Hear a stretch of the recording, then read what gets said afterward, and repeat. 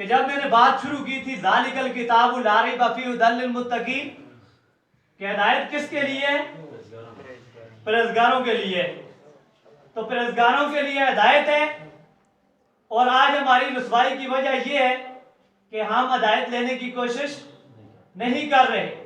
तो फिर आप सल्लल्लाहु अलैहि वसल्लम जब हिजरत करते हैं, हिजरत करने पे मुखातब, बात आपको समझ आ रही है? आ रही है। तमाम लोगों को बात समझ आ रही है? आ रही है। नारे तकबीर, अल्लाहु अकबर। ऐसे नहीं, ऐसे नहीं। खतीब वो है होता है कि जो अपने मजमे को अपनी तरफ मुखातब करता है, वो नहीं होता कि जो बार बार कहता है कि आप सुबहान अल्लाह के सुबहान अल्लाह कहेंगे, रमजान मुबारक की मुबारक रातें, तो आपको होगा ना, एक के बदले 70 गुना ज्यादा स्वाब होता है रमजान मुबारक में। तो स्वाब की नीयत से सब लोग बैठे हुए हैं, अल्लाह के फजल करो, ठीक है। तो फिर कोई बात अगर समझ आती है तो उसके ऊपर क्या कहें? सुभान अल्लाह। तो ये आपकी मर्जी, कहें ना कहें, बहरहाल जब बात रब की तौहीद की है तो उसके ऊपर आपको आवाज निकालनी पड़ेगी, नारे तकबीर, अल्लाहु अकबर। नारे तकबीर, अल्लाहु अकबर। ताज व तख्त खत्म नबूवत जिंदाबाद। शान सहाबा जिंदाबाद। शान अहले बैत जिंदाबाद।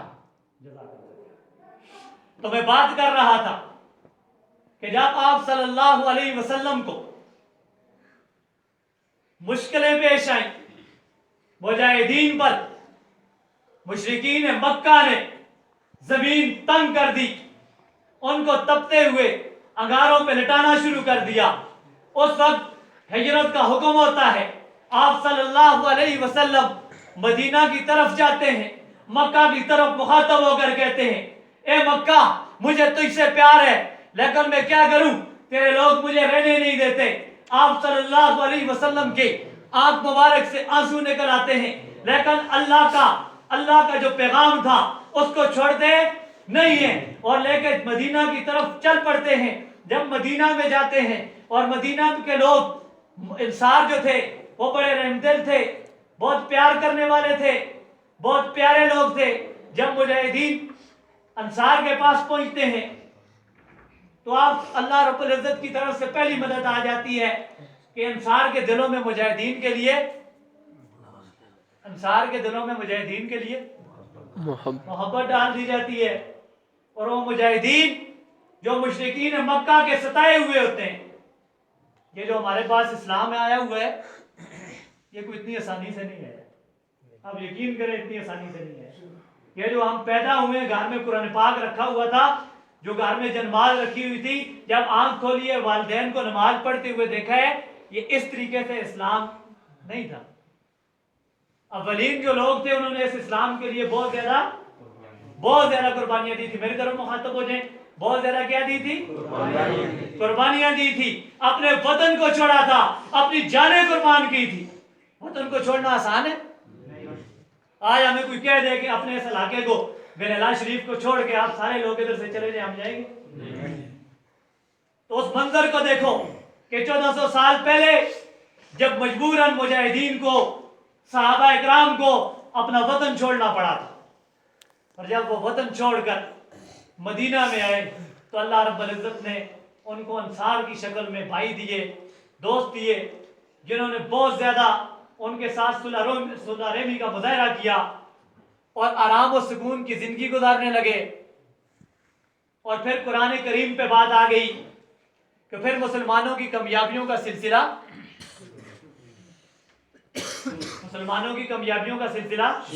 शुरू हो गया।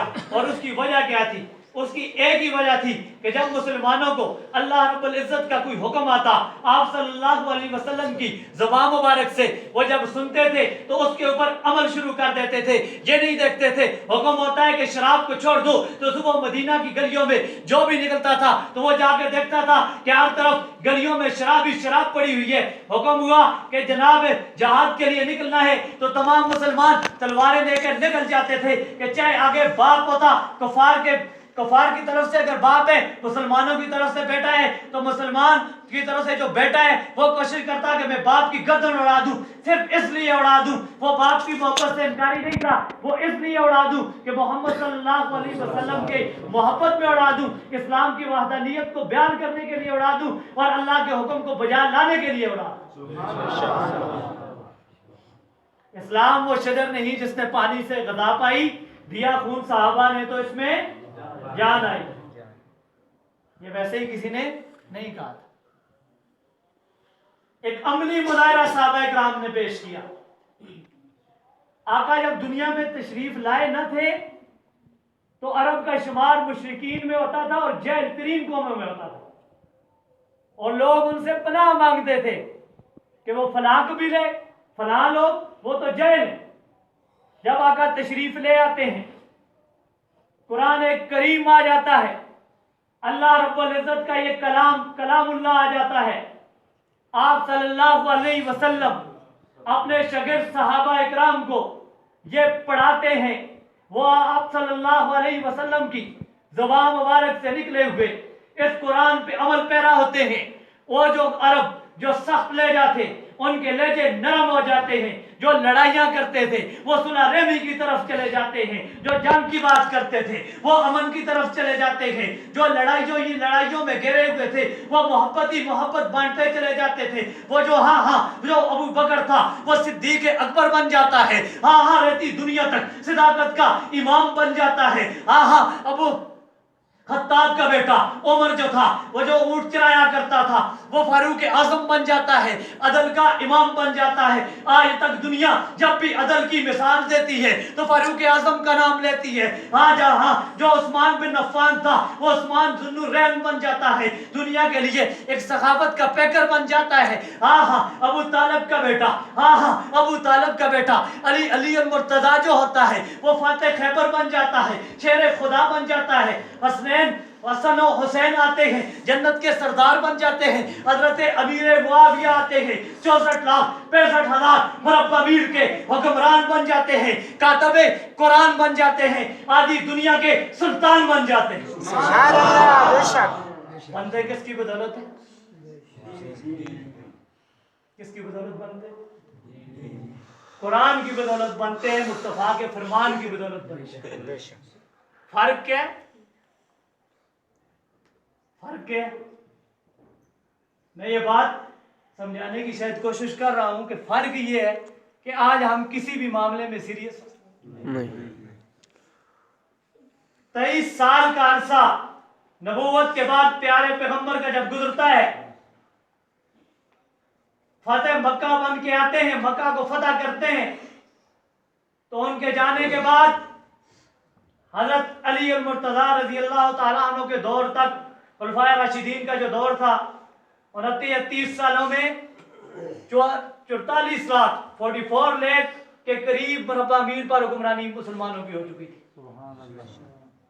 उसकी वजह एक ही थी, जो बुनियाद है, जिसको आज मैं और आप समझने की कोशिश नहीं कर रहे, कि उन्होंने कुरान करीम को समझने की कोशिश की थी और समझा था। इस कुरान ने हमें यह बताया है कि बेटे तू कितना भी बड़ा क्यों ना हो जाए, तू जमाने का बादशाह क्यों ना बन जाए, तू शेखुल हदीस व तफसीर क्यों ना बन जाए, तू आलम क्यों ना बन जाए, तू अपने बूढ़े बाप के मुकाम को नहीं पहुंच सकता। ये किसने कहा? हम सबको इस बात को मानना चाहिए कि हम जितने भी बड़े हो जाए ना, ये बाजी तमना नहीं पता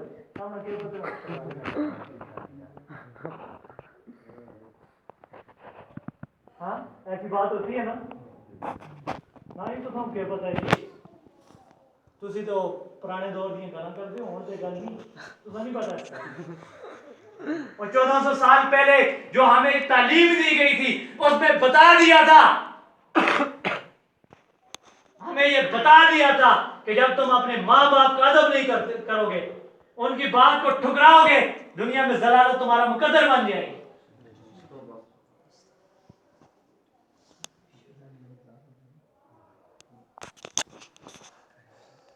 तो मेन मकसद की बात ये है, मेन मकसद की बात ये है कि कुछ मुकाम कुछ रुतबे अल्लाह ने दिए हुए, जो बुजुर्गों का एहतराम नहीं करता, बुजुर्गों का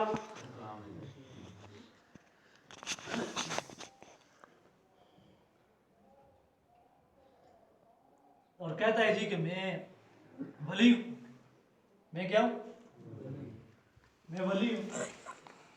वालिदैन का एहतराम नहीं करता, मैं कहता है मैं वली हूं, मैं आलम हूं, मैं तो अल्लाह के बहुत करीब हूं, मैं बहुत बड़ा हूं। तो वो बड़ा, क्योंकि अल्लाह कहता है बड़ा कौन है कि जो परहेजगारी इख्तियार करता है, जो तकवा इख्तियार करता है, बड़ा।